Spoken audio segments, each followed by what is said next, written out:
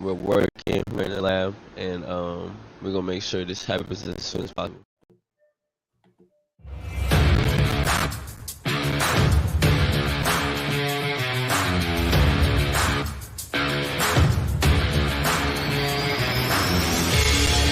Welcome to an episode of the Sports Genes Into the Lab podcast, where sports analysts and experts dissect the latest news from the NBA and NFL, giving you a unique view on some of the hottest topics around your favorite teams. From the fresh field smells of the NFL to the hardwood courts of the NBA, and possibly your comfy couch for your fantasy football team. Let's see what kind of news the lab is working with today.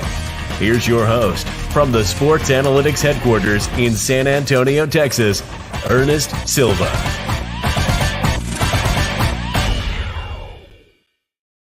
We are back with a wonderful Into the Lab episode. We're nearing the end of this season, but I am going doozy here tonight. We got the return of Dre Rogers in a different country that we'll highlight in just a second. We have the wonderful co-host of season 2, but let's introduce him appropriately. That's right, I said the co-host of season 2, Kenny Cotterill. What's up, brother? We're season 2?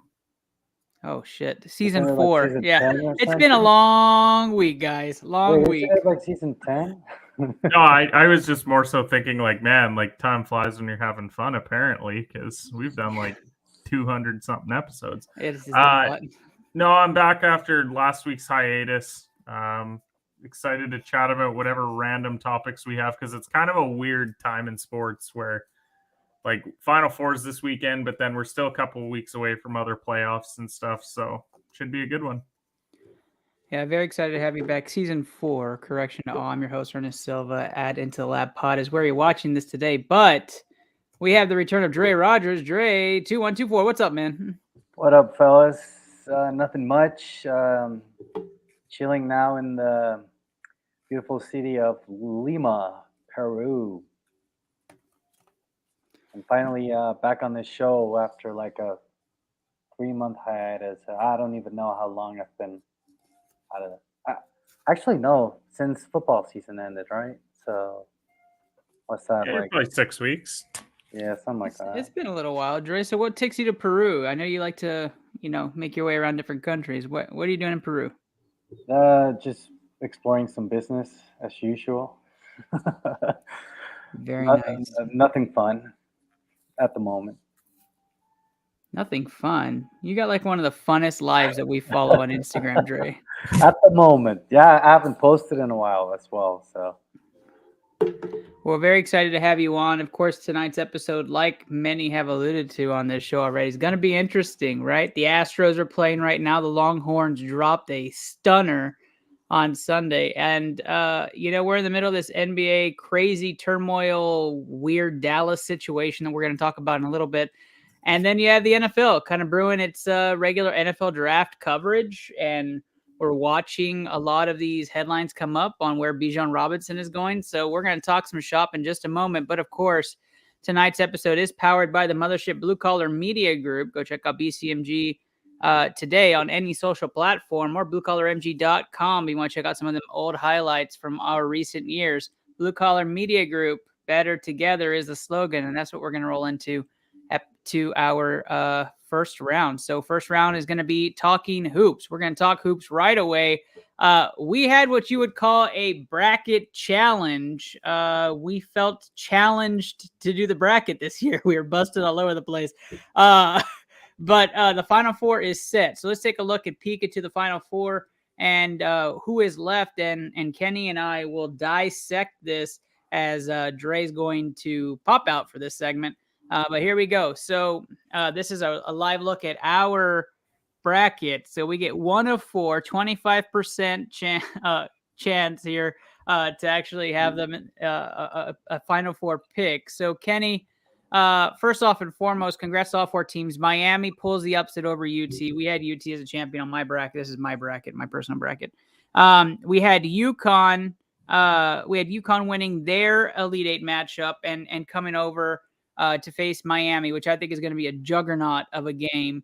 Probably the game we're going to focus on. And then you have Florida Atlantic shocking the world, the 9 seed on the left side of the bracket against San Diego State, which is our only prediction for the Final Four. So let's take it one team at a time. Let's start with the unfathomable. Let's start with San Diego State and FAU. San Diego State, as we roll up, beats Creighton, and that was a phenomenal game for those that got to watch. A lot of controversy at the end of that game. And Florida Atlantic ends up beating Kansas State in another very good game, but Florida Atlantic outplayed Kansas State down the stretch. So for you, Kenny, is Florida Atlantic the shocker for you out of all 4 teams? Out of all 4, I would probably actually say San Diego State, and it's more so because of their side of the bracket. Like, if you scroll up to San Diego State's side, yeah, let's take a look. You've got Bama. Well, and this is where the fortunate parts of the tournament come into play. Virginia loses out early, so you get Furman. They beat Alabama like handily in the second half there, so that's their big statement win.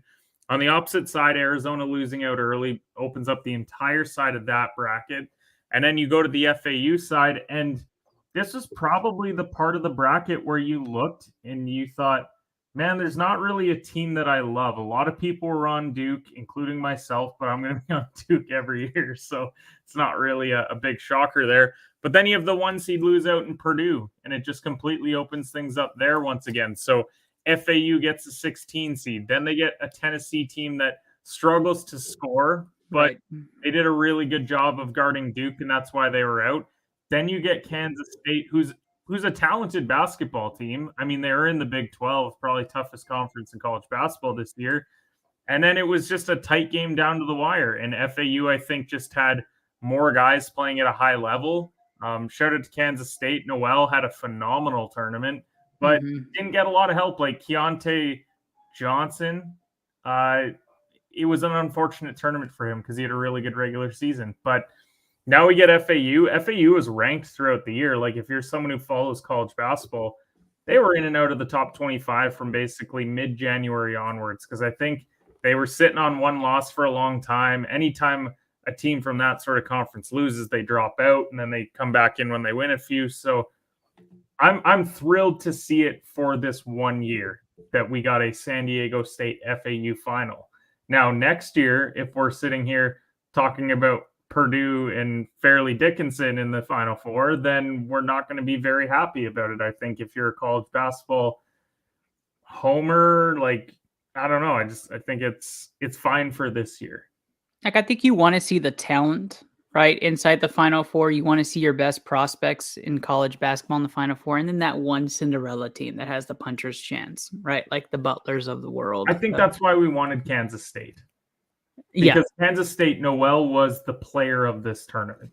He really was. And then he goes out, and now we're looking, and it's, who's that guy? That there really isn't one in this Final Four. It's a lot of very complete basketball teams. Sonogo's probably the closest thing to that on UConn, but it's not a great Final Four from a, hey, I'm a casual college basketball fan ready to turn on the Final Four. Who's playing? Well, we've got San Diego State and Florida Atlantic. Ugh. Like, most people would assume that's the NIT final. Now, I mean, I think a lot of people like to see Wong from Miami do well. I think like he's that shooter everybody likes to watch. Let's talk a little bit about the right side of the bracket as well. And then I'll kind of give my analysis. Well, let's do that. San Diego State, I absolutely love them coming into the tournament. Everybody was poo-pooing on them. Like, they were like, that's our upset pick round 1. They were worried about facing Bama and how they've always kind of up second day, never shown up. I love them. That's why I put them in the Final Four. Florida Atlantic, off my radar, absolutely, completely had no clue they were going to make this. I think a lot of people had Memphis. Yeah, I agree.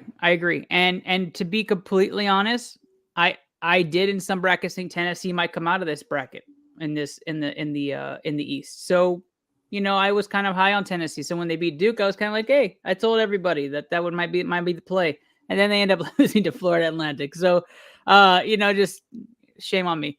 When it comes to the Midwest, which was my favorite bracket of all, for no particular reason, the Midwest was full of talent, and I loved what Miami did in the first round against Drake. Took care of business. It was a very close game, back and forth for the majority of that game. Really beat down Indiana, and I told everybody that was going to happen. And everybody said, you got to be careful that Ernest. Indiana is a better team. Well, yeah. Did not expect them to give the wallop to Houston. Just kind of shows that Houston wasn't exactly in its prime, and I think the injury to their star is probably more than what people want to give off. And I thought up 13 at the 8-minute mark, I was going to be very happy on this show about UT. But Miami showed that with resiliency and just plain stout defense and trapping, and the coach was a big factor here. Texas chokes it up and Miami advances. Now, from the UConn perspective, this show really predicted UConn would come out in this tournament, and you've seen it, right? UConn takes care of business against Iona, wasn't even a question. Takes care of business at St. Mary's, wasn't even a question. Manhandles the Zags, and you see UConn. I'm sorry, I skipped one. They also took care of business against Arkansas. There really wasn't a game where UConn just wasn't absolutely taking care of business. I think this will be the first game they get an actual challenge of somebody that's going to challenge their stature in the tournament. UConn's going to have to come out and continue playing both sides of the ball really well. I think Miami has those pieces, those emotional pieces as well, to really give a shot at UConn and keep the game close. And we'll see what UConn does to respond to a close game. For you, Kenny, this is the game of day one for the Final Four, correct? Yeah, it's definitely the game that people will probably be tuned into from a ratings perspective, and also just like an overall basketball quality perspective. I mean, you just have to look. I mean, I guess I'm the betting guy, so I'll give betting lines here. Like 131.5 is the total in San Diego State and FAU, and it's basically a pick 'em. So they think this is going to be a mid-60s basketball game, going to come down to the final possession. Other side, you've got 148.5. So they're thinking mid-70s, going to be pretty high scoring. Maybe a team crosses 80 points. This is going to be a fun up and down game, which is kind of how I view this one. And Miami went on that run last year to the Elite Eight, bit of a surprise. And then they run it back basically with the same team. They were probably the best team in the ACC all year long. And then Duke they got hot late. So everyone thought that they were the team to pick from the ACC for the tournament. Miami's always had really strong guard play. So they get there. UConn, I mean, that's just a really talented group that Hurley's got there. And a team that early in the year was like the 1 or 2 seed in the entire NCAA. They go through a drought, pick it up late in the year, and now we find them in the Final Four. So I'm excited to watch this game. I think that what we see from Wong, what we see from Sonogo in the post, like Miami's going to have to figure out a way to rebound well, because that's one of UConn's greatest strengths. And I think that could be a factor in who wins this game. But since you already have the banner up of who the national title winner is going to be, I'm going to pick San Diego State. And it's not the most popular one, because I think everyone assumes whoever wins that right side game is going to go on and win the title. I don't think San Diego State's going to have the biggest issues with FAU. And so them getting there with what I think is going to be a relatively no-sweat game, and then you get to take on Miami or UConn, who have just been in an absolute battle, I think that kind of favors them. They play really good defense. I think they're the only team in this tournament left that could give either one of those teams a good defensive run. So I'm going to take defense to win out San Diego State, with probably one of their less talented teams than we've seen in years past out of San Diego State win the national title, because this is the one title in sports where the best team doesn't necessarily win. I think a lot of people will say that Miami UConn is the championship, and then whoever comes out of that's going to be limping into the national championship. I am going to give UConn the pick into the national championship. I think they are the better team overall. I think Miami, this is like the Rockets-Warriors matchups. Like Miami has that puncher's chance, but I don't think they have the complete team to beat them. I'm going to take UConn. Obviously, you see my pick on screen at San Diego State. I had San Diego State beating a better team in this Final Four, but Florida Atlantic is hot right now. I'm going to say defense over offense, just like you did, although Florida Atlantic has proven offense over defense the last 2 times. So I'm going to run SDSU in that matchup, and then it becomes UConn versus SDSU. And unfortunately, I'm going to continue with SDSU losing the national championship. I'm going to say UConn wins. Okay. And I don't know if it's going to be close. Like, I think UConn might steamroll for a while, and then San Diego State kind of creeps in and then just steamrolls out and wins by 15. I think UConn just dominates this tournament. So I'm curious your thoughts. I kind of alluded to it earlier where ratings are probably going to be down on this Final Four. So it kind of begs the question of where's college basketball at right now? Because as a product, it's not the best. Like watching this game and watching 20-year-old kids consistently miss wide open 3-pointers can be very difficult to watch at times. You have had some really great games, like you allude to that Texas and Miami game. Like that was a really good game to watch. K-State and FAU had a really good game there as well. But Furham in Virginia was great. Furman in Virginia, yeah. And part of the college basketball product is when you see a screw up from a guy like Kihei Clark and then Furman hits the 3 and wins, like that's the fun part of March Madness. But when we're talking about from an overall product perspective moving forward, where do you think college basketball's at right now? I'm kind of curious. I think the committee tried to set it up, right? Like we were like, let's get Texas A&M in the second round. Like let's and then A&M loses by a lot. Like it wasn't even close. And then you're like, all right, well let's throw in Texas and Houston in the same bracket. Like let's get them in their regional final. And then Houston loses. And like, geez, how do I set this up? So I'm thinking from the Midwest, but I don't know what more you can do. This is to me, this is one of my top 3 times of the year is March Madness, are these 3 weeks. And I love the David versus Goliath story. It just so happened all the Davids past the round of 32 continued to beat the Goliaths. And you have 2 very small market teams. You have one team that hasn't been here in a while, and UConn was irrelevant. I know you're going to get mad at me for saying that UConn was irrelevant. For a while when it comes to men's college basketball. And so, yeah, we're here. And so none of the blue bloods of old are here. None of the Big 12 is here, which is, again, the best conference in college basketball this year. And so as a tournament, what do you do? Is it trim it down? Is it make conference tournaments more serious for the sport? I mean, what would be a solution from you? So I think that this is an anomaly year. Like I think that this was just a very down year for the sport. We've seen from a top end talent perspective, the top 2 guys in the draft this year did not play in college basketball this year. So that has to be factored in where there's not the stars like there used to be. We still have this COVID year that's affecting a lot of older players staying a bit longer than we're probably more accustomed to in college basketball.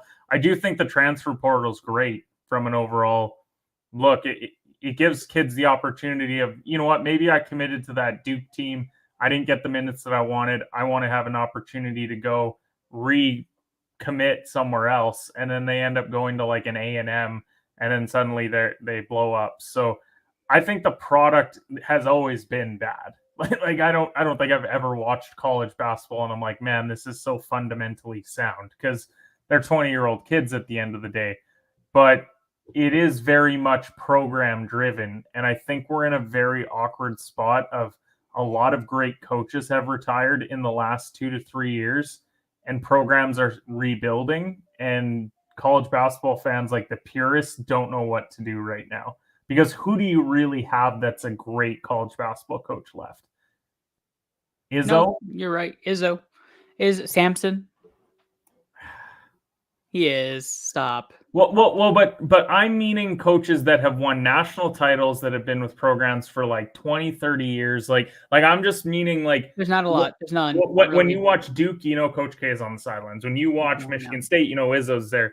But a lot of these programs just don't have that. And so we're at that awkward point of we haven't had those coaches. Like even teams that have won multiple national titles over the last decade or two, coaches have left. Like UConn has an opportunity to win their 3rd national title, 4th one since like 2004. And they're going to do it with 3 different coaches. Yeah. So we're not seeing guys staying at programs for 30 years anymore, which I think is a shame. So I think that contributes to it a little bit as well. Everyone loves gearing up for that Elite 8 when you get like Kentucky and Louisville, or you get like Duke, Michigan State, and we just didn't get that this year. They tried to manufacture it. I think, as you pointed it out, like they really wanted Duke to roll Tennessee so they could play Purdue. Michigan State. Well, yeah, and then Michigan State thereafter. When Duke wins, they're going to get Michigan State, and we're going to get that classic matchup. Does the new Duke compete against the old Michigan State Tom Izzo? And then we had UCLA and Gonzaga. I'll give them credit that they got that. And then they're like, okay, winner of that, they're going to get UConn or they're going to get Kansas, and that's great. Well, then UConn just steamrolled everybody and they ruined it. So, I do think that there was some manufacturing there where they really wanted some teams to do that. They had to get the clash. The West Coast clash was something they got out of it, right? Like they were able to get that. And your side of the bracket was great.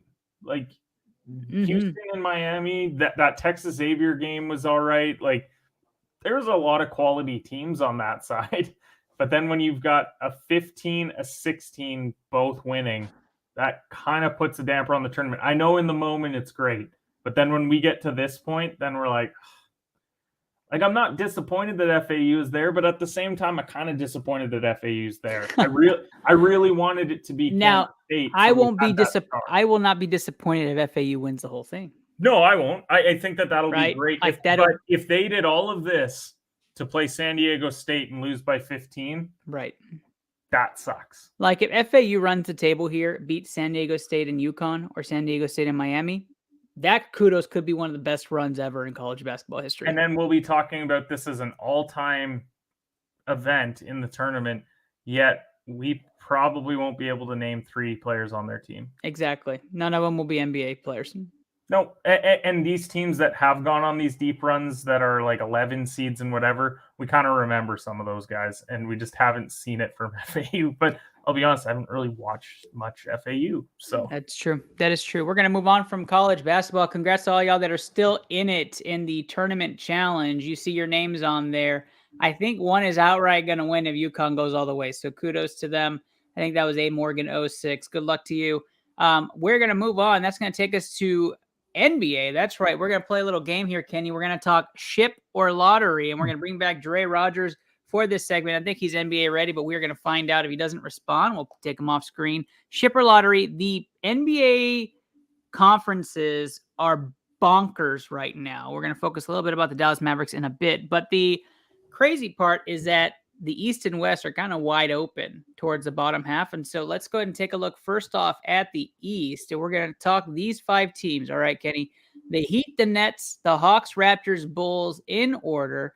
That's in order from conference standings. So when you talk about the Nets are a 41 win team. The Heat are a 40 win team. So those are backwards, but still 6-7. Hawks at 38, Raptors at 38, Bulls at 36, and that's the wide open 10-6 range for you. So of these teams, we're going to say just the top 8 for playoffs. Which 2 are in the lottery? Which 3 for you are in the playoffs dancing? Miami's going to be a playoff team. I do think that, as far as I know, Butler's injury isn't serious. So as long as they have him for a play-in game, then I think Miami's fine. That offense is ugly when he's not there. I think that the Hawks are a playoff team. I just think DeJounte and Trey will have enough of a 1-2 punch to get them there. And I think the Raptors are the last one. But I think it's because... And you know what? I've been the biggest Raptors hater probably on the show. But to me, this doesn't mean anything if they're the 8 seed. Hey, congrats. You get to play Giannis. That's your reward. You play Giannis. Oh, you're the 7. Your reward is you play Tatum and Brown. So, I don't think that this gets Toronto any further than they wanted to go. Brooklyn, to me, I mean, they sold players. I don't want them to get in because I would rather that they get a better draft pick and then kind of revamp this thing a bit because, it's fun to have some of these Suns role players that are having, a bit more of an increased role. And this does remind me of that Brooklyn team before they blew it up, back when they had like Russell, Dinwiddie, Allen. Like that was a fun team, but I'm not interested in watching them getting slapped by one of those top 3 teams in the playoff series. And then the Bulls... Poor Lonzo. I just feel so bad for Lonzo because he was turning the corner. He was becoming like a great two-way guard, and this just completely ruined what Chicago wanted to do. And now they're stuck with him for a couple years, and it's not his fault. It's just injuries happen. But I don't want to watch Levine and DeRozan lose in 4, maybe 5 games. Yeah, so I am very similar to you. The Raptors were going to be my footprint on this. So thanks a lot. I appreciate you. I'm going to go Heat Hawks. You thought that there was no way that I was I thought for sure you weren't picking them. So I'm going Heat Hawks Raptors myself. For a lot of the reasons you mentioned, I don't like the Hawks whatsoever. I think that's a cluster. What is it about the Hawks for you? I think that the coaching carousel that happened there mid-season, the culture there is not one that's winning indicative. And I'm not sure that I think talent-wise, the roster is fantastic. I just don't think the team meshes. Like, you put a lot of great teams together and sometimes they just don't click. That's I don't know. I like DeJounte Murray a lot. I watched him a lot here in San Antonio, as you could imagine. I like Trae Young a lot. I had a judge between Luka and Trae for the beginning of their careers. I watched them, quite profusely. I don't see it. Like, there's a lot of, it's like putting Westbrook and Harden together, in my opinion. There's a lot of talent, but I just don't see it, So I think the issue is one guy wants to average 30 and 10, and one guy wants to average 25, 10 and 10, and there's not enough basketball to go around. Yeah. It's always the same debate. Not enough ball. I will say, and we're not even talking about the Ball brothers. I will say that I want the Raptors to make it just because they were buyers of the deadline. They're making a push. I enjoy teams that make the push to try to win. I don't think the Nets are one of those teams, so I swap them. Bulls, sorry, baby Bulls. That sucks. You're just in a bad place right now. What if the Wizards win out and then... Stop. Stop it. Okay. Just a correction also to you, Kenny. I hope the Nets also lose because that's a Rockets pick. If they're somehow to creep into the deep lottery and run the table there with some other April Madness or June Madness whenever they do their shit. Because that lottery ball saying Nets first pick overall would be wonderful to just swap that to Red Rocket. But let's talk the Western Conference now. A lot more teams that we're going to dissect here, guys, because it is absolutely bonkers. So you can see why we want to talk about it. Let's start from the top. The first team you see on your screen is, yes, the Phoenix Suns. The Phoenix Suns 41 team win. 41 wins for that team. And the Phoenix Suns start off this conversation. So we're going to go down the list. Phoenix Suns 41, Clippers 41, Warriors 40. They're the 6th seed currently. Timberwolves at 39. Nuts that they're still in it, but it's because the West doesn't have anybody else in it. And the Lakers, they're at 38. They were dipping out of the playoffs. They're back in it. Pelicans at 38. Thunder at 38. The Mavericks at 37. And the Jazz at 36. There's a 4-game skid and a scenario where the Trailblazers could make a play-in. They're at 32, but we're not going to talk Blazers. We're not going to do that. What we are going to talk about is the slew of teams. I did go second, so I'm going to go first on this one, unless Dre is back. Dre, you here? Nope. Too much exploring in Peru. All right, Dre, if you come off mute, I'll let you talk. But okay, let's run down this list, okay? There are some teams on this list that are way too talented to be talking lottery, so let's just get them out of the way. Suns, Clippers, Warriors. Let's just not even talk about them. I'm gonna scoot them over to the left. I'm guessing you're with me. Yeah? Yeah. Okay. If I'm on one of these teams, then... Okay, good. To me, the next most talented team is going to shock you a little bit. It's the Mavericks. So I am going to put the Mavericks in my playoff team. I'm not going to say they miss. Lakers would be next for me. And if it's a healthy LeBron and a healthy AD, the Lakers would overtake the Mavericks in that situation. I have to see them both healthy, both playing 3 games consistently, back to back to back, whatever. So Mavericks and Lakers make it for me. So where am I at here? Is that 4, 5, 6, 7, 8? Right? Yep. That's it. And that's my team. Minnesota, the Thunder, and the Pelicans are all missing. Which is nuts because I think we even said that the Pelicans might make the Western Conference Finals this year. Now we have them not making the top 8. And then the Wolves don't make it, although Cat being back is a great sign for them. They may run the table. And the Thunder, I don't even know why you guys are winning. I don't even know why you guys are there right now, but you're there. And congratulations to y'all. If you thought this was going to be a 2.5 year or 3.5, 4.5 year tank, you're going to take the half off of one of the years. Got it. But you should lose out. So, okay, those are my teams right there. Suns, Clippers, Warriors, Lakers, Mavericks are the 5 that get in. Okay. So, yeah, Suns, Clippers, Warriors, 4, 5, 6. Pretty straightforward. I want the Pelicans so bad. But Zion being hurt changes everything. It really does. Because the whole thing with the Pelicans was if you have a healthy starting 5, then this is a scary team in the West. And he hasn't played. And when he's been playing, Ingram hasn't been playing. And so I would go with the Lakers to get the 7, because I think the schedule is there for them to do it. Also, if you look at the Pelicans schedule down the stretch, it's ugly. They've got like Kings, Nuggets. Like, to me, at best, they go 500, and I don't think that that'll be enough. Yeah. I think that they match up poorly with these other teams that could be in the play-in. And I'm going to go Minnesota at 8. I actually think that now that Cat's back, Ant-Man's taken the next step this year. I think they're a better fit with Connolly. I don't think Connolly's better than Russell, but I think fit-wise it works better in Minnesota.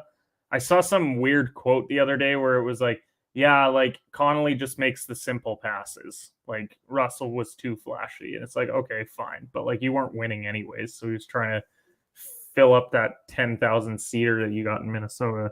And then Mavs miss, Thunder miss, Pelicans miss. So really the only thing that I have changing is that Lakers and Timberwolves swap as far as where they're at, because T-Wolves are 7 right now. Now, I love the Mavs talent. Like on paper, you look at that and that should be winning, and it's not. And it's so obvious that Kyrie hates this fit. I forget what he said the other day in the media, but it was basically just like that it was ugly. It's a cluster. That's what he said. And yeah, I mean, I was high on the whole Luke and Kyrie can work together, but I think it was more so like I just had faith that Luke would figure out a way to get him involved, and I just don't think that Kyrie wants to be involved. I think he wants to be the guy, and they keep sticking him on teams where he's not the guy. Like in one breath, he wants to be the guy. In one breath, he's like, I crave it, but then like when he's not the guy, then like he just sits there and complains about it, and it's like, well, you can't have it both ways. Like you want to be the guy, and then you want to get traded, and then when you're not the guy, then you complain about not being the guy. And I don't really care about his off the court stuff. I just think on court he's a tough guy to fit around. He is the ultimate 1v1 player, but man.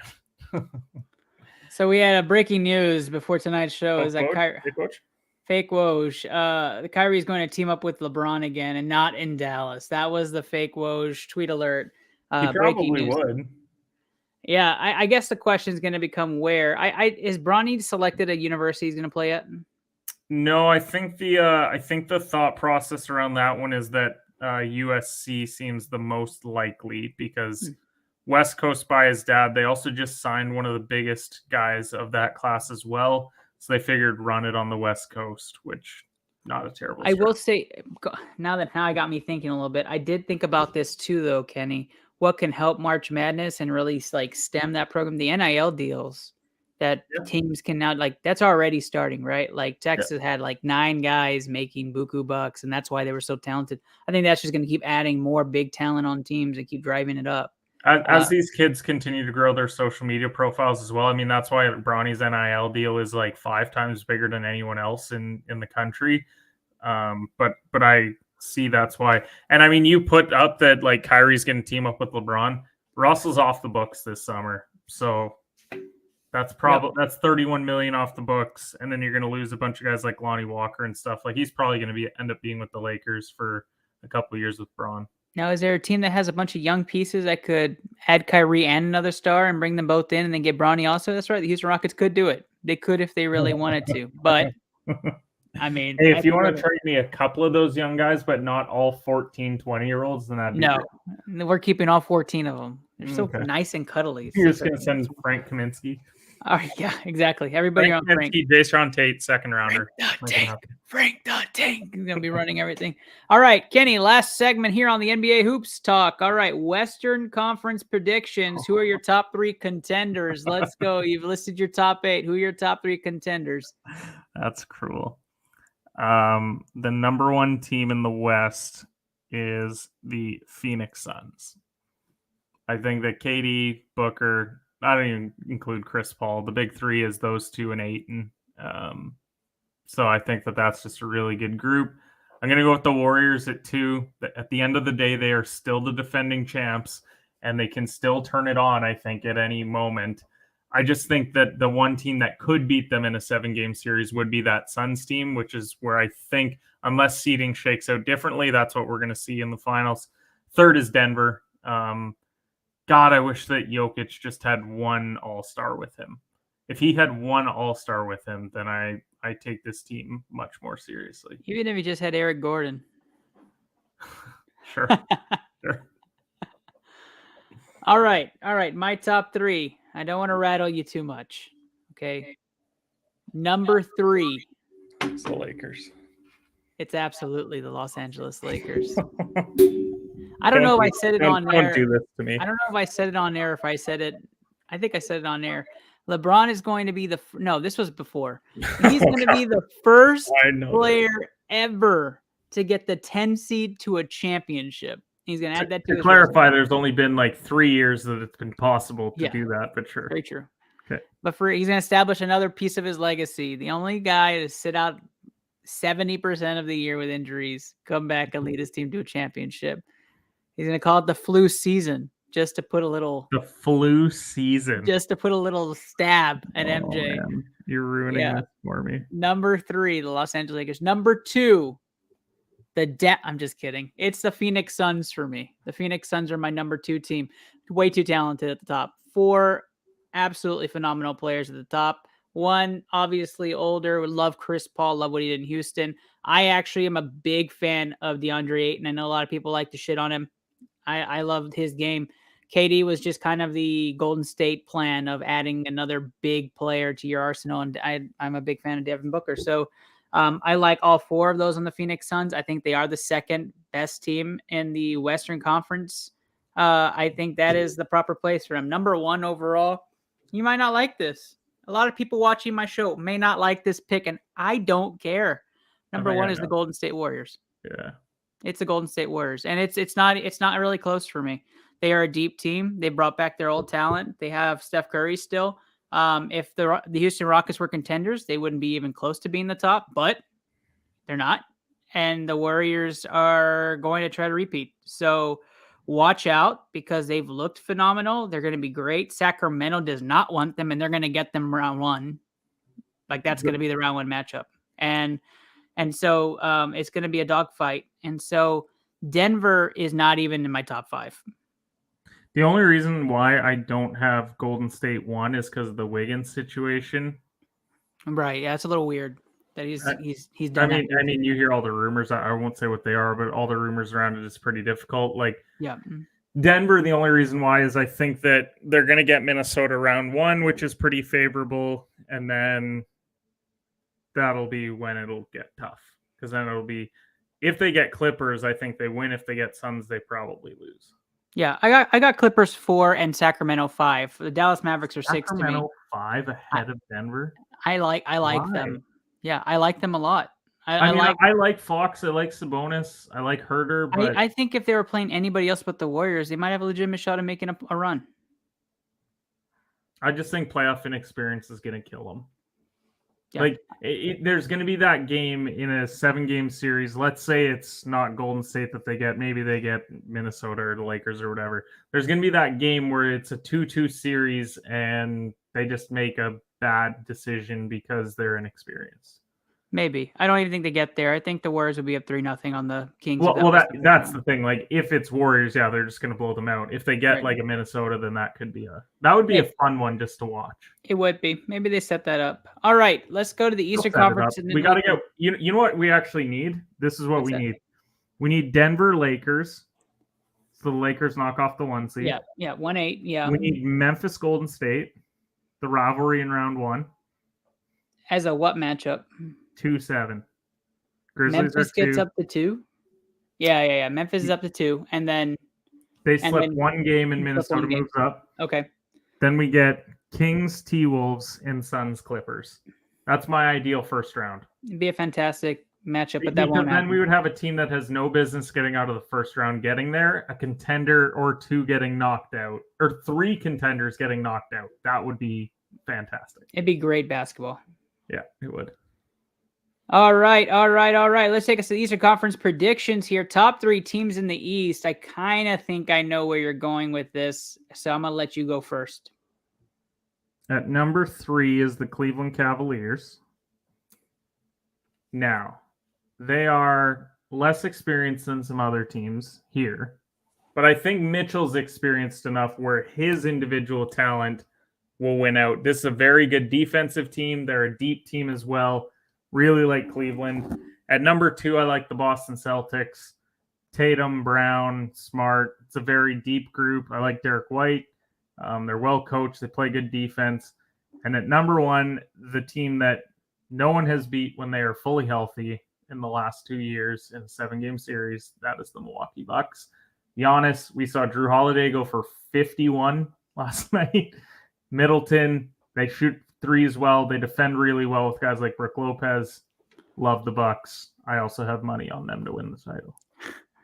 Of course you do. All right, number 3 for me, and don't shoot me down here. This is straight from the heart. I hope you say the Knicks. It's the Bucks. Number 3 is the Bucks for me.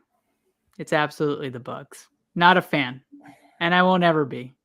So you're not even putting them there because you don't think that you don't even believe that they're the 3rd best team. I don't even know. I don't even know if they're going to make it out of the second round. Oh my God! If they're the 1 seed and they get Cleveland or the Knicks, I got money on the Knicks. Oh no, you don't. You don't even believe that. There is no way humanly possible you would. When the Knicks are up 3-2 in that series going to the Garden, you just slip in my DMs, Kenny. If we get Knicks Bucks, I want you to screenshot a betting slip on the Knicks winning that playoff series. It's absolutely happening. Shit. Randall's gonna go off. Look, I think the Bucks are great. I was just telling you before this whole show, I was like, oh shit, the Bucks still have the best record. I look, the NBA needs a villain. The villain doesn't live in Milwaukee right now. So I'm gonna talk about who's my number 1 pick in this whole thing in just a second. Number 2 for me. And this was close. Boston. It's Boston. It's absolutely Boston. You have it 1. Boston's number 2. And the reason is because Boston's super talented. I love the coaching. I love what they're doing. Derek White was an extremely valuable addition last year. They're talented. They run 10 deep. They're going to make a great run. I think they're also going to fall short, though, in all of this in the second round. You really put the Sixers at 1. Because the Sixers are the best team and the top contender in the Eastern Conference, and here's why. The Philadelphia 76ers have a villain named Joel Embiid, and the villain always makes the finals in the playoffs, but he's going to lose to the superhuman Superman hero of LeBron James. Lakers Sixers in the championship this year. Oh no. Will be and you're going to get James Harden into his first finals as the guy with Joel Embiid. Right? I was going to say the guy. Like he's the Robin, right? But he finally gets in where he's like the 1B on the team. And so you have a lot of storylines with that. And the Sixers run the table, beat the very heavily favorable Celtics. If the Bucks get out of the second round, they beat the Bucks, right?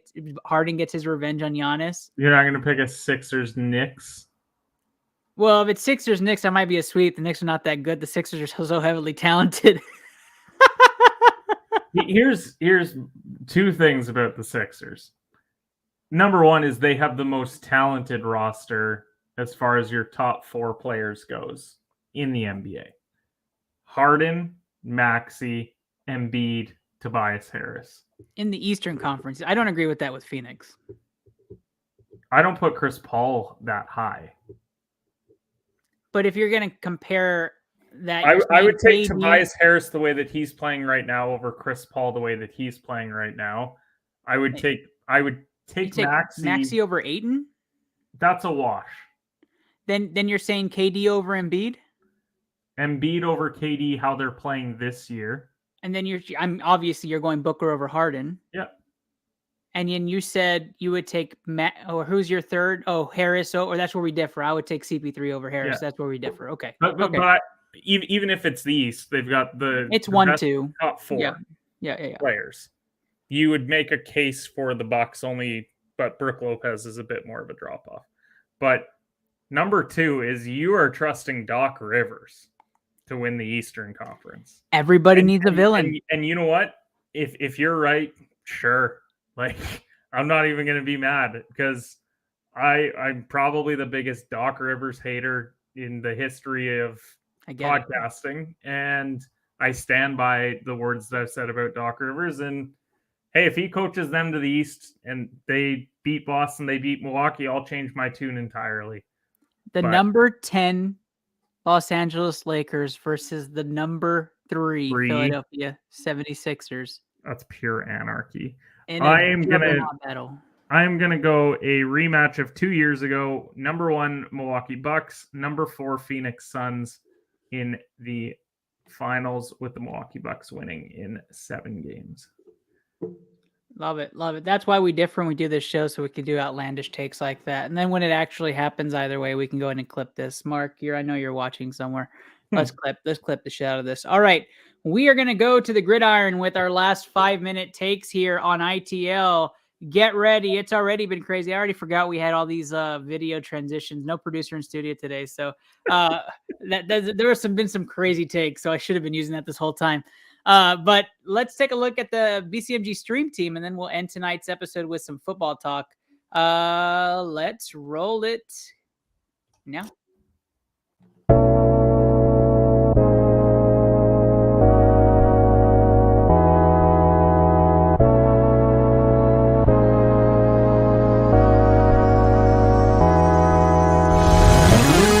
Jill going down the hill. Gonna go fetch Jack in his little pill.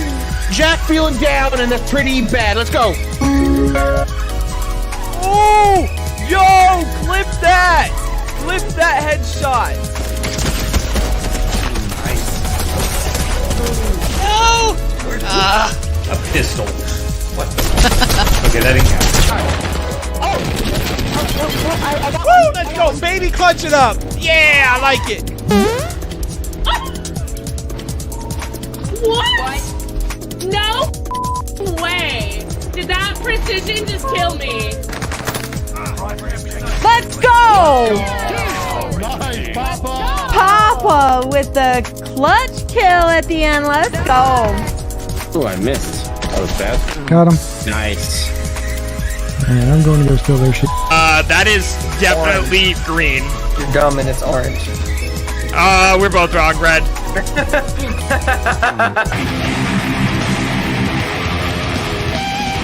I could get that solo if I tried it a couple times, but we'll come back to it. I'm fucking dick right now. Holy shit. Like, I fucking suck right now. Yeah, I can tell.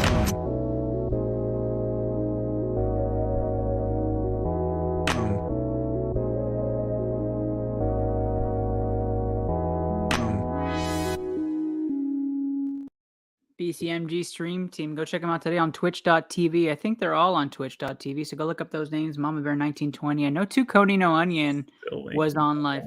And so let's go on. Our round 2 5-minute takes is brought to you by Taquito Express. Get all you can eat tacos for $7.99 down in beautiful Brownsville, Texas. Mention ITO, get 10% off. Still $7.99. Still $7.99. Yeah, I was just there. It's beautiful and it was delicious, and I'm all about it. Yeah, NFL still making headlines. It absolutely is. Breaking news on ITL. That's right. Lamar Jackson to the Texans confirmed per Black Adam Schefter. We are excited to announce that, guys, if you're watching, you're hearing the broken here on ITL. We're going to dissect this. Lamar Jackson to the Texans. Kenny, why have the Texans not pulled the trigger on this? What? What are we talking about here? I mean, it's the obvious case. Lamar Jackson. I think that I could name 20 teams that would be ahead of the Texans in the Lamar Jackson sweepstakes. Now, I will say this much. Houston is probably one of few teams that would say, hey, how much do you want? And he would say 5 years, 250 all guaranteed, and they'd be like, all right. But there's very few of those teams in the league. So I can't name any other teams besides the Texans that would say yes to that. For that much guaranteed money? The Commanders? I still don't think that they would. The Jets? Nah, they want Aaron. Well, but what I mean is like if they don't want to give up the price for Aaron, and they're like, you know what, we'll just sign Lamar and keep the picks. Like, let's be honest. The perfect team exists. And when I say the name of this team, you're going to be like, wow, you're absolutely right. The perfect team exists. Nobody's even talking about it. No, wait. But just give me a sec here. I think AFC or NFC? NFC. The is it a NFC South? No. Oh, okay. Who is it? It's the Niners. It's the 49ers. They are built for the offensive run game. They have schemes for the offensive run game. They don't trust Trey Lance. They don't trust Brock Purdy's ready. They just announced Sam Darnold's going to compete for the starting spot. Well, but they also know Purdy's not going to be ready week 1. Like, it's the perfect situation. Send There's too Trey many quarterbacks in that room already, though. Just send Trey and some picks out. I don't know. McCaffrey and Jackson with Debo. I don't think that I actually need my quarterback to be that athletic in that offense. I just think if you can make anybody look so good in San Francisco, think about a quarterback that actually is good at running the ball and can actually be very decent in that scheme. I'm okay with a guy having the legs to like extend plays and stuff. Like if Russ hadn't gone to Denver and instead would have gone to San Fran, then I think he's a great fit for what they would want to do. But because he can throw the deep ball, but he can also just like do the dump offs that you need to do to Debo, Kittle, Ayuk, all those guys. I was in a group thread and we were talking about this very topic about Lamar Jackson to the Texans. And honestly, there's no way that can present a more lucrative buy-in to the Ravens than the Texans, right? You got the number 2 pick. You have future there that you probably are banking the Texans won't be that good. But to me, the defense in Houston has gotten better. You've put some weapons in that offense. Dalton Schultz. You've got Nico Collins. You have Damian Pierce there. I think if you add Lamar Jackson, you're actually dancing. You might be the best team in the South. Baltimore would have to look at that QB draft room and feel like they have an absolute slam dunk winner in that draft. Stroud. But I don't know if that guy exists in this draft. They don't even have receivers for Lamar. What do you mean they signed Nelson Aguilar? Stop it. Yeah, they have Mark Andrews, and yeah, I guess what's his face? Rashad Bateman's going to come back and play. Never good when you start with and what's his face. That's true. That's true. Well, like Adam Schefter, I hope you're right, but we'll just wait to see the real Adam Schefter if he's going to actually come out. You tried to do something with that slide of Houston Texans taking the NFL, and that's why I respect this show. There you go. Commanders quarterback controversy is where you wanted to take today's 5-minute breakdown, Kenny. So you got your one topic here. What do you want to talk about here? It's a fascinating room. Okay, so you just think about the QBs here in Washington. So you cut Carson Wentz. You did. Taylor Heineke's not there anymore. Yikes. You don't even have Heineke. So you signed Jacoby Brissett 1 year, $8 million. You have Sam Howell. You have Jake Fromm as your 3 guys right now. So they should go out and get a quarterback, right? This is something that they should be doing, like throwing money at Lamar, throwing money at Aaron, like, please come here, or like, for the love of God. But who do you start out of Howell? Like if they don't sign anybody, yeah. Who do you start? Brissett. So here was my thought. Brissett's going to start about 6 games. They're going to be 1-5, and then they're going to make the switch. I think it's going to be to Howell. Now, if they should draft a quarterback, should they not? Yeah, absolutely. Or is it, this is my thought process. You already know that you're bad. You know that this is not going to be a good year. You're in a division that had 3 playoff teams last year, probably going to have 3 once again. And you just stink. Like, you win 3 games and then you go for it next year because we know that that kid out of USC, Caleb Williams, is going to be sitting there.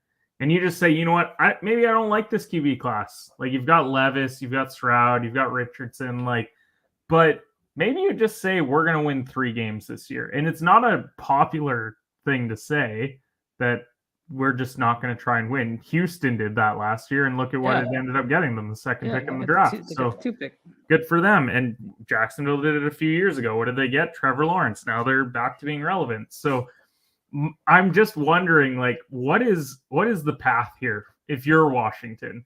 Is it we go and try and pursue a Rodgers or a Lamar? Is it we draft? Is it we just roll this? What do you think? Well, I think they probably think they have something going offensive weapons wise with Scary Terry, with Brian Robinson, and who's the other receiver that's over there? Curtis Samuel? No, bigger. Diami Brown? No. 13. 13. He was a rookie. He played well above his head. I thought that was Diami Brown who did that. No, it's somebody else. Okay, I'll find it. You keep going. Yeah. So you have all these weapons, and I think you're really in love with, I think Logan Thomas is the name there. And so Washington thinks that they probably have weapons. I'm guessing they've been talking to Aaron Rodgers and team, trying to get him to come over to Washington. I'm guessing you've called about Lamar, seeing if you can grab a Lamar deal. But Jahan Dotson. There it is. There it is. Dotson. I knew it was a D. Nailed it. So, so you're trying to get the big splash. My question is, why did you not grab a Winston in the offseason? Why could you not splash that? You knew he was losing the starting job in New Orleans. And why couldn't you grab, what was not sexy enough about Washington offering you a starting gig? The other piece is Sam Ehlinger is there, right? You can easily, I'm just kidding. That's a starter in Indy. This is why my thought process is, so Howell had limited action last year, was a rookie last year. Yeah, but people loved him. Okay. Yeah. So it's why I wouldn't do anything. And I start think, Howell? And I think, no, I would start Brissett still. But if I'm Washington, I think it's a Mariota situation. I think Mariota, you always knew that Ritter was going to start last year, but Mariota just had to start a few games just to get him under his belt. So I think he can learn a lot from Jacoby. I just don't want them to go and push for a Lamar and a Rodgers when they're maybe not necessarily win now, even with a quarterback, when you could just instead evaluate if Howell's a guy. Give him half a year. If he's not a guy, then you're bad, and then you pursue quarterback next year. But I wanted to talk about that topic because I'm like, that is such an odd room. Yeah. Because it was Wentz and Heineke, and neither one of them are there, and they didn't sign anyone outside of Jacoby Brissett. But shout out to Jacoby for continuing to just start games. It's not just make money. He's not Chase Daniel. He starts games in the NFL. We'll end tonight's segment with this. Where is Zeke playing in 2023, Kenny? Where is he going? He's going to play in Dallas. I don't want him to. I think Dallas is kind of in a tough spot. I almost wish that they would move on from Zeke, but if they're going to bring in a veteran running back, it might as well be one that you know. Because if Dallas doesn't have a successful season, Mike McCarthy should be out. I don't think that he will be, but he should be out and take that whole regime with him, which I would hope would include Zeke. If you want to talk an awkward room, that's going to be an awkward running back room. You're going to have Tony Pollard, who now overtook your job. You're going to have the Ronald Jones, who only plays in Super Bowls. The Ronald Jones. I love the Ronald Jones. You're going to have Bijan Robinson, and then you're going to have Ezekiel Elliott. Cut it off. Cut it off. Anyways, that's tonight's show. Zeke ends up back in Dallas. I'm on the same belief. 1 year, $5 million deal. Okay, Kenny, thank you so much for being here, man. I love the back and forth. This is always a lot of fun. Tell people where they can find your show. Maybe not tomorrow morning, but on a regular basis. Yeah. competitive hedge. We are ice cold right now. Kind of reevaluating what I want to do show-wise. Betting we're going into a bit of a lull here, but I do think that there's some potential to run maybe more of a weekly style of show, but we'll see what ends up happening. Ernest, it was a ton of fun as always. Love hopping on here with you and chatting sports, and congratulations on your news as well in your personal life. Really excited for you and the wife. Thank you. And Kenny's referring to my future born son here, who's 8 weeks away from popping his head. 32 weeks today. Shout out to Callie, who's been absolutely phenomenal, doing all the work while I just kind of sit on the side and be arm candy. So you're welcome. Big news for me too. I still don't have any kids. Oh, that's phenomenal. I'm so happy for you have a better life right now. Congratulations. We are all jealous of you, Kenny. Thank you to everybody for joining us tonight. Podcast so much. Yikes. I hope all your all's bets go great this week. If you have a team still dancing, all you Florida Atlanta people, don't listen to us. You guys will be fine. Go run the table. Go shock the world. For all of you Dallas Cowboy lovers, don't worry. Next year, right? And for you Hook'em Horns, congratulations, Rodney Terry, the true RT. Congrats to you. That ends tonight's episode. I wish I had cool sign-off music. Bye, guys.